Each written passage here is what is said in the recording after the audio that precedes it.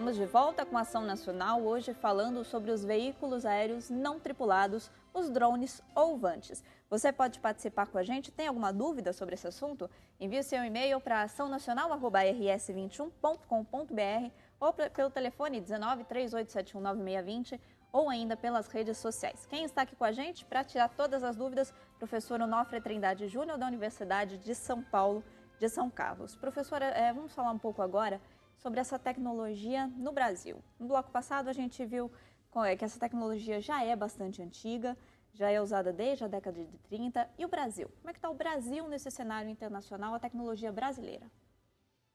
O Brasil, ele tem tido algumas atividades pioneiras, e entre as quais eu posso citar a nossa, do desenvolvimento desses controles, principalmente da eletrônica, do software de controle.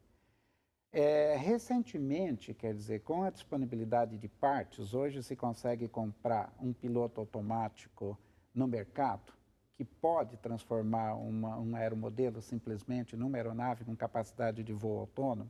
Então, isso fez com que a tecnologia se disseminasse. Então, muitas pessoas têm feito isso e muitas empresas surgiram, muitas vezes, utilizando essas partes para a construção dessas aeronaves. O senhor chegou a comentar que existem cerca de 200 aeronaves dessa hoje. Isso, não existe, obviamente, uma contabilidade oficial, mas desconfia-se e fala-se que pelo menos 200 aeronaves dessa existem no Brasil e estão sendo operadas de uma forma ou de outra. Como que se chega a esse número? Existe uma regulamentação? Não. Isso são informações que são coletadas a partir de algumas declarações. Por exemplo, existem várias empresas que vendem essa tecnologia.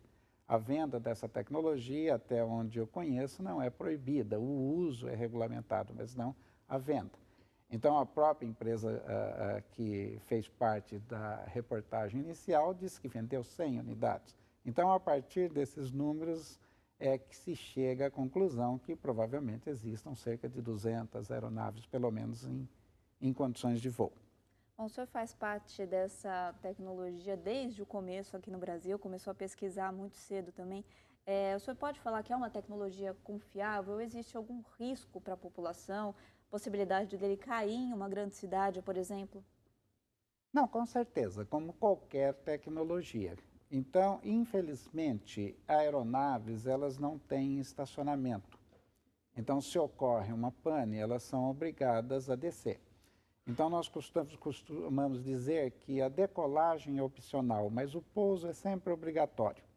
Em algum momento, a aeronave vai ter que pousar. E, certamente, se ela tem um pouso não controlado, ou seja, motivado por uma pane, ela pode cair em cima de uma cidade. E a quantidade de estrago, quer dizer, o perigo, normalmente é proporcional ao tamanho da aeronave. Então, é óbvio que se eu tiver com um avião de papel ou um avião de isopor pesando 200 gramas, mesmo que ela caia em cima de uma pessoa, da cabeça de uma pessoa, não existe nenhuma possibilidade de dano. Mas se eu tenho uma aeronave, por exemplo, pesando 2 toneladas que caia no meio de uma cidade, a probabilidade dela causar fatalidade é muito grande. Então, isso depende muito do tamanho da aeronave, depende de uma série de fatores que podem levar a uma fatalidade ou não. Como é feito o planejamento de voo, não é assim, não sei se é assim que é chamado, dessas aeronaves maiores que não são controladas por controle remoto? Ele é simplesmente uma sequência de pontos por onde a aeronave deve passar. Se estipula pontos, localidades onde a aeronave passa. Em cada uma dessas localidades, normalmente ela cumpre uma missão.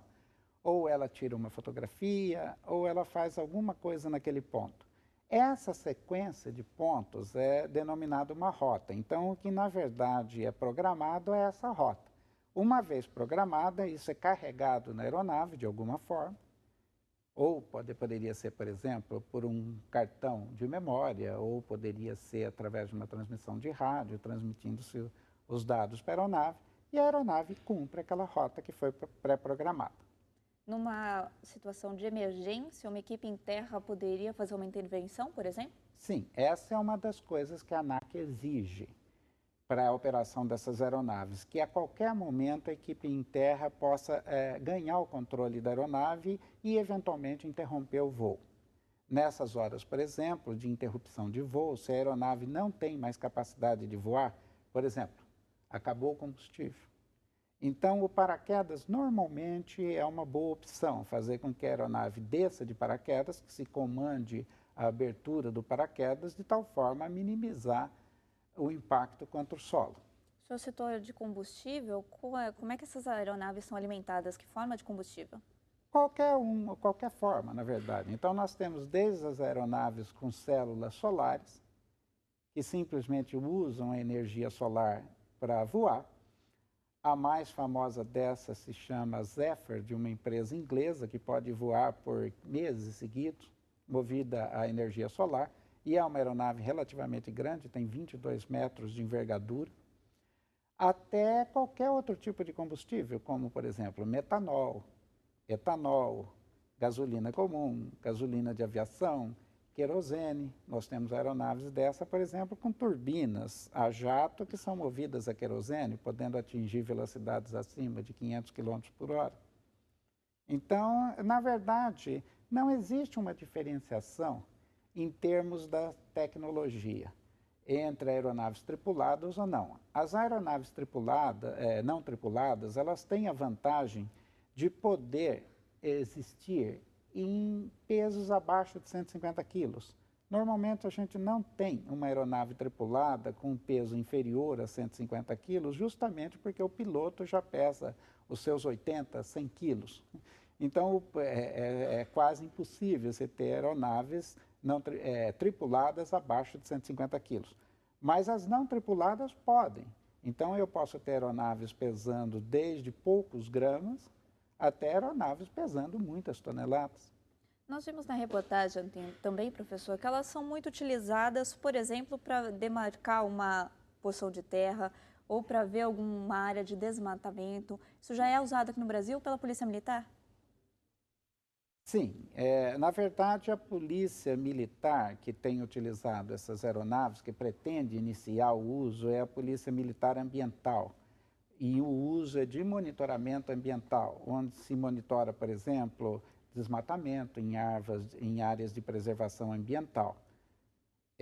Então, esse uso deve ser iniciado pela Polícia Militar Ambiental do Estado, tão logo se consiga autorização da agência reguladora, que é a ANAC, para esse tipo de uso. Olha, já começaram a chegar algumas participações aqui para a gente por e-mail. Mande a sua participação também, açãonacional@rs21.com.br. Uma pergunta que chegou aqui, professor, da Raíssa Lourenço de São Paulo. Raíssa, obrigada pela sua participação. Ela diz aqui que os aviões não tripulados foram adquiridos pelo Brasil para serem utilizados na Copa das Confederações. Isso foi muito divulgado pelo governo federal, inclusive. O senhor tem conhecimento se eles realmente foram utilizados e qual a utilidade deles na segurança desse tipo de evento? O Brasil tem grandes eventos aí pela frente agora. A utilidade, sem dúvida nenhuma, existe. Esses equipamentos, normalmente, eles dispõem de câmeras bastante potentes e eles permitem um monitoramento bastante, de uma forma bastante precisa da movimentação de pessoas.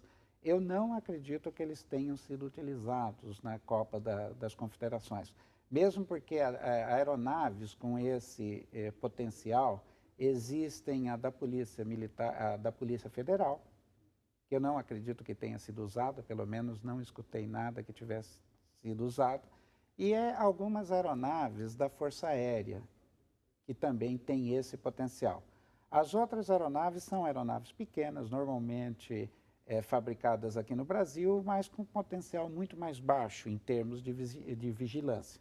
Eventualmente pode ter ocorrido alguma utilização esporádica, mas não foi feito por essas aeronaves maiores que foram adquiridas pelo governo.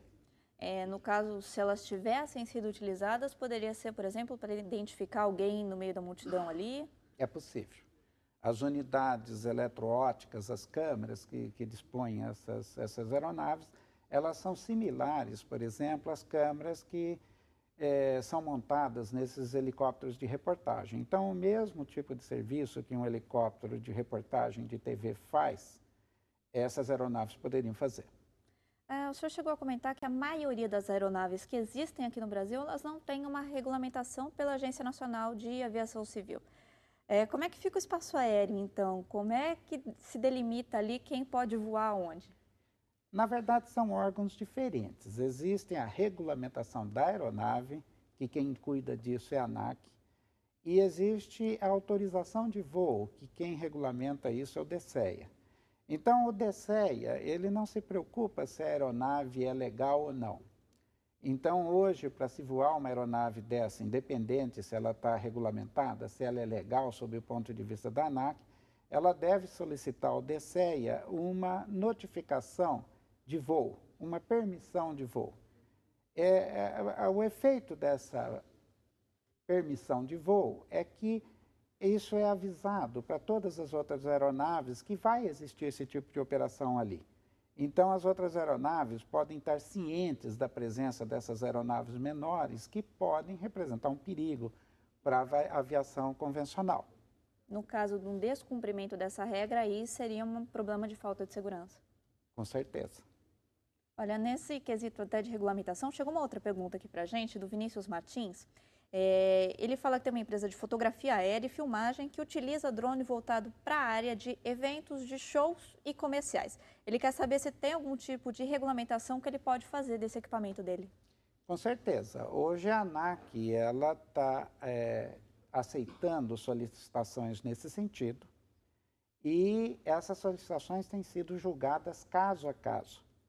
Então, por exemplo, uma pessoa que tem um helicóptero ou um multirotor para filmagem pode fazer uma solicitação para a ANAC explicando qual é o equipamento, quais são as medidas de segurança que são adotadas, como é que a operação é feita no dia a dia, solicitando uma permissão para que ele possa exercer aquela atividade comercial que ele está fazendo dessa aeronave.